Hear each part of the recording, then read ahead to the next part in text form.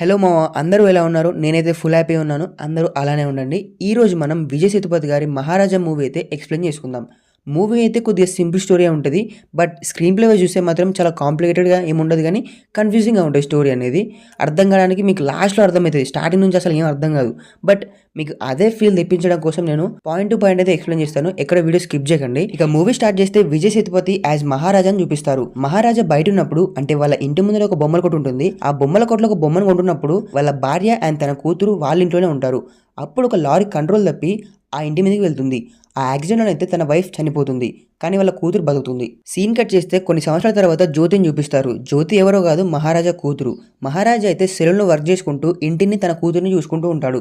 జ్యోతి అయితే ఒక స్కూల్లో చదువుకుంటుంది. తనకైతే స్టడీస్ మీద పెద్దగా ఇంట్రెస్ట్ ఉండదు. స్పోర్ట్స్ లోనే ఎప్పుడు యాక్టివ్ గా ఉంటుంది. ఆ స్కూల్లో జ్యోతిని ఎప్పుడు వాళ్ళ పీటీ టీచర్ అయిన ఆసిఫా ఎంకరేజ్ చేస్తూ ఉంటుంది. ఒక రోజు స్కూల్లో జ్యోతి బ్యాగ్ లో మందు బాటిల్ దొరికింది అని ఆ స్కూల్ చైర్మన్ బాగా తిడతాడు. అప్పుడు పీటీ టీచర్ అయిన ఆసిఫా అయితే వచ్చి యాక్చువల్లీ ఆ బాటిల్ జ్యోతిది కాదు, వేరే అబ్బాయిదని నిరూపిస్తుంది. దాంతో మహారాజా అయితే నా కూతురు ఏం చేయకముందుగా నా కూతురిని తిట్టారు కాబట్టి తనకి సారీ చెప్పండి అని చైర్మన్తో చెప్తాడు.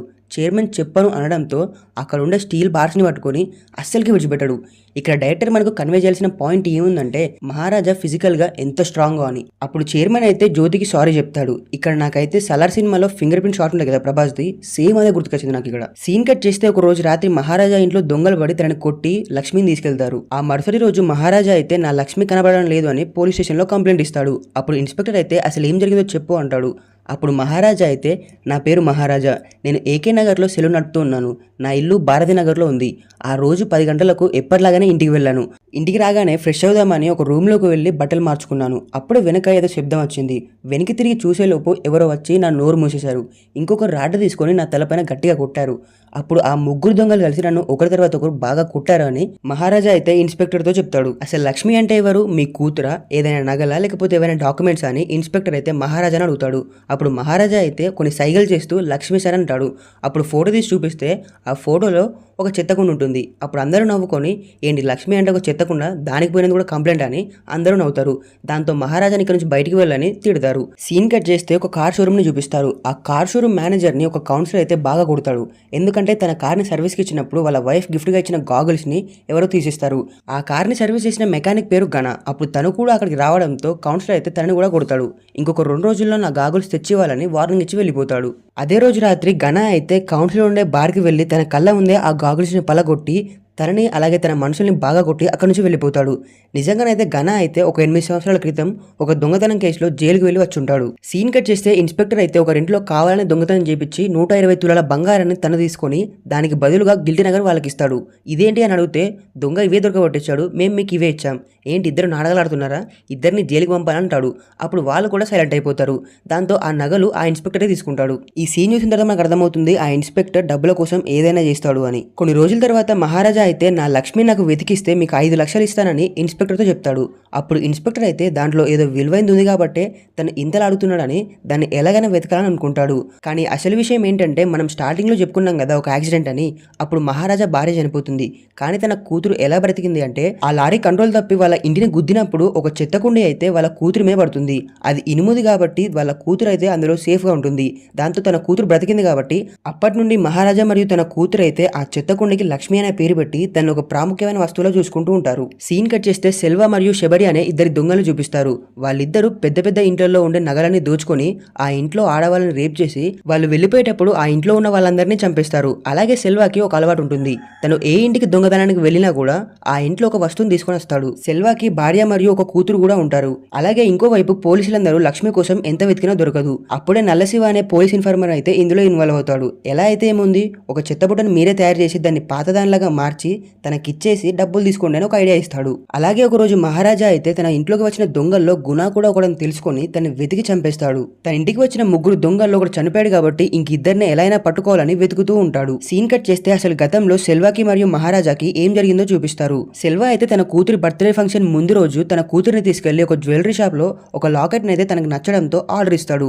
అలాగే ఆ బర్త్డే ఫంక్షన్ రోజు సెల్వా అయితే ఆ జ్యువెలరీ షాప్ కు వెళ్లి ఆ లాకెట్ తీసుకొని ఇంటికి వస్తూ ఉంటాడు.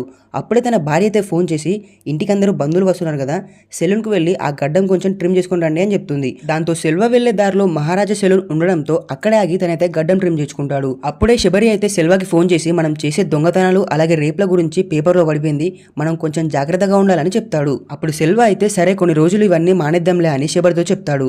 కానీ ఈ మాటలన్నీ మహారాజా అయితే సెల్వ వినకుండా అయితే వింటాడు. తన మాటలన్నీ మహారాజా విన్నాడనే విషయం సెల్వాకైతే తెలిసిపోతుంది.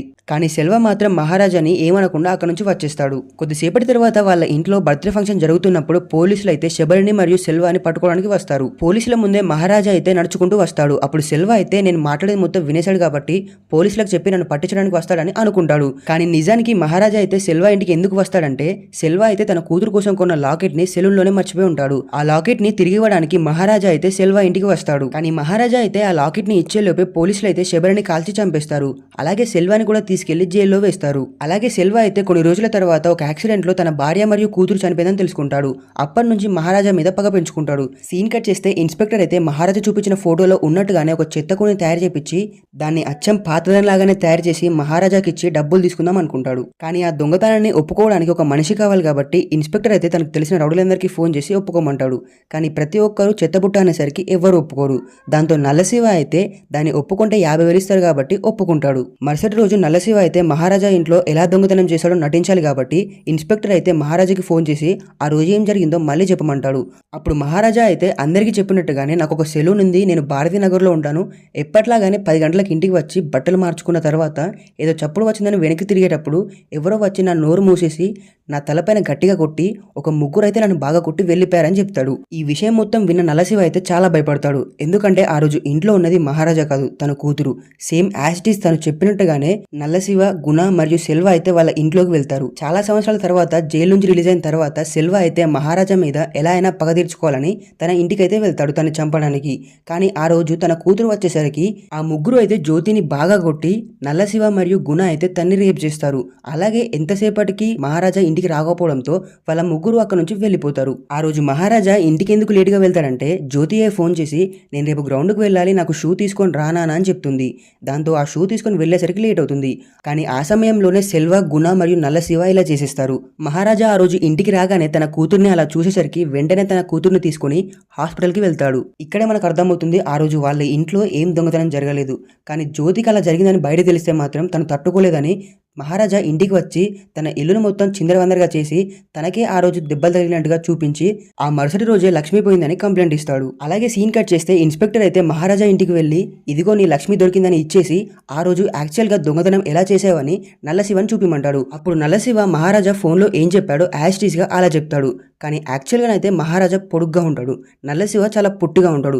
తన ఉన్న హైట్కి మహారాజా నోరు నొక్కేయడం చాలా కష్టం. అప్పుడే మహారాజాకి అయితే అర్థమవుతుంది తన కూతురు జ్యోతిని రేప్ చేసిన వాళ్ళలో నల్లశివ కూడా ఒకడని. అసలు అక్కడ నిజంగా ఏం జరుగుతుందో మహారాజాకి మరియు నల్లశివకి మాత్రమే తెలుసు.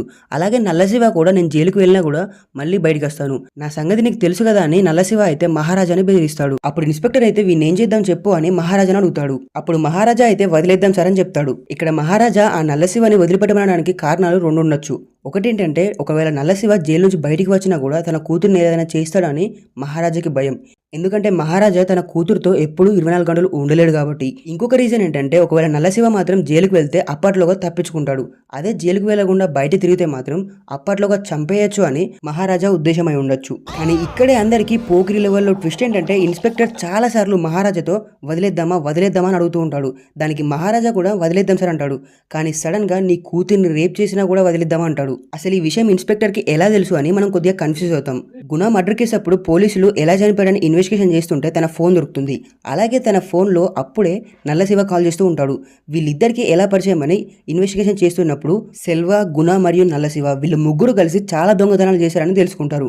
అలాగే ఆ రోజు మహారాజా కోసం వీళ్ళ ముగ్గురు కలిసి వెళ్లారు. అప్పుడే నల్లశివ మరియు గుణ అయితే మహారాజా కూతురైన జ్యోతిని రేప్ చేశారని తెలుసుకుంటారు పోలీసులు. దాంతో ఇన్స్పెక్టర్ మరియు కానిస్టేబుల్స్ అయితే నల్లశివని మహారాజా దగ్గరని విడిచిపెట్టి బయటకు వచ్చేస్తారు. ఆ కోపంలో మహారాజా అయితే నల్లశివని చంపేస్తాడు. మహారాజా అయితే నల్లశివని చంపిన తర్వాత తన కూతుర్ని తీసుకొని సెల్వ దగ్గరికి అయితే వెళ్తాడు. ఎందుకంటే జ్యోతి అయితే నన్ను ఇలా ఎవరు చేశారో వాళ్ళ దగ్గరికి నన్ను తీసుకెళ్ళునానా, వాళ్ళ దగ్గరికి వెళ్ళి నన్ను ఇలా ఎందుకు చేశారని నేను అడుగుతానని జ్యోతి అయితే చెప్తుంది. అందుకే మహారాజా అయితే తన కూతురిని తీసుకొని సెల్వా దగ్గరికి అయితే వెళ్తాడు.